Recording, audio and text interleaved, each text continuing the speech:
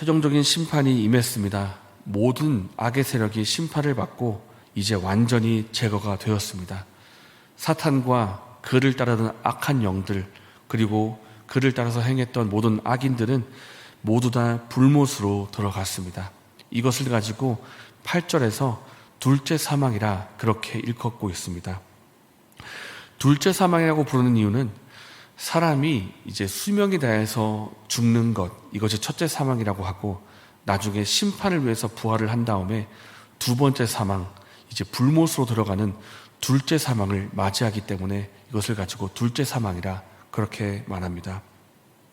이 최후의 심판에는 심지어 사람들을 죽음으로 삼켰던 존재인 사망과 음부까지도 하나님의 심판을 받고 불못으로 들어갑니다.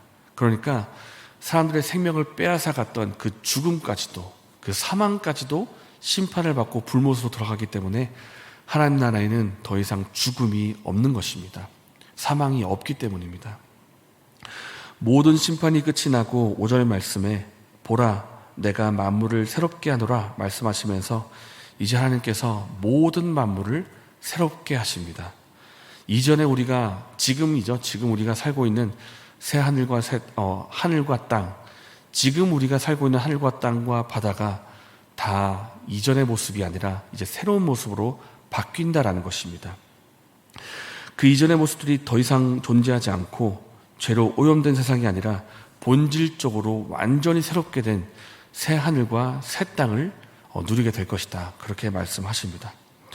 완성된 하나님의 나라를 보게 되는 것인데, 이 마지막에 임할 새 하늘과 새 땅을 한자로 말하면 신천신지가 됩니다. 이 단어를 이단이 가져가가지고 신천지라고 불러서 그렇지, 신천신지는 엄연히 말씀에 기록된 새 하늘과 새 땅을 말씀하고 있는 것입니다. 하나님께서 새 하늘과 새 땅을 마지막에 누리게 하십니다. 그리고 2절에 거룩한 새 예루살렘이 이제 하늘로부터 내려오는데, 이 모습을 보니까 마치 신부가 남편을 위해서 단장한 것 같다, 이렇게 표현하고 있습니다. 이렇게 단장한 신부인 새 예루살렘이 누구를 말하는 것일까요? 바로 하나님의 백성인 교회를 말하고 있습니다. 믿음을 끝까지 지키고 예수님을 끝까지 따라갔던 백성들, 교회를 말하고 있는데, 이 교회가 마치 신부처럼 단장을 하고 신랑 되신 주님을 맞이한다, 이렇게 말씀하고 있는 것입니다. 그리고 3절에 하나님께서 백성들과 함께 장막을 펴시고 그 장막 가운데 함께 하십니다. 하나님께서 친히 그들과 함께 하신다라는 이 개념인데, 사실 하나님이 백성과 함께 거하신다라는 이 개념은 구약 성경 출애굽기 때부터 있었던 개념입니다. 내가 너의 하나님이 되고 너는 나의 백성이 되고 내가 너와 함께 거주하면서 너희와 함께 교제하겠다라는 이것을 마지막 때에 이제는 어떤 일정 시간이 아니라 영원히 내가 너와 함께 하겠다, 영원히 내가 너와 교제하겠다, 이런 역사가 일어난다라는 것입니다. 그리고 4절 말씀에 백성들에게서 있었던 모든 눈물을 닦아주시고 더 이상 애통하는 것이나 죽는 것이나 아픈 것이 없게 하겠다, 그렇게 말씀하십니다. 그러니까 하나님 나라가 어떤 나라인가? 더 이상 사탄이 없는 나라입니다. 더 이상 죄가 없는 나라입니다.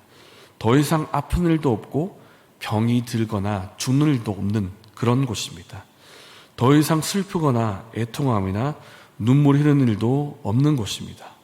이전 것이 다 지나가고 완전히 새롭게 된 새 하늘과 새 땅을 맞이하게 된다는 것입니다. 이만큼 좋은 곳이 어디 있습니까?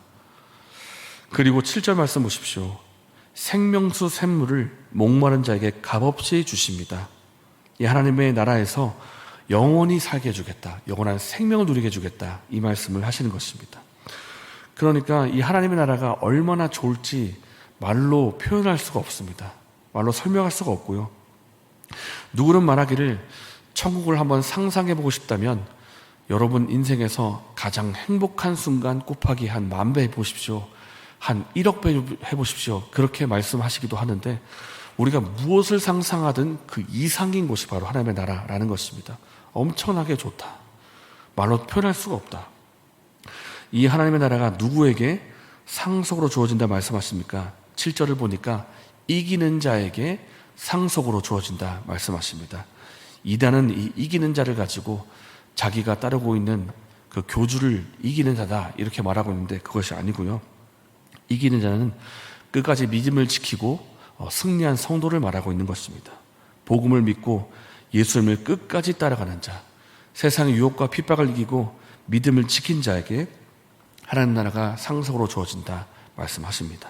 그리고 그러면 누가 못 들어가는가?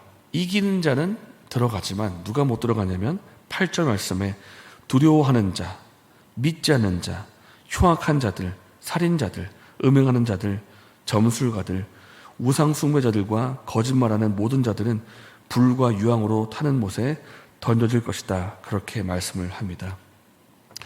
오늘 말씀은 하나님의 나라입니다. 그리고 특별히 완성된 하나님의 나라를 이제 계시로서 보여주고 있는데 우리가 꼭 믿어야 될 것은 하나님의 나라가 사람이 상상으로 만든 창작물이 아니라 실제 하는 것이라는 것입니다. 실제입니다.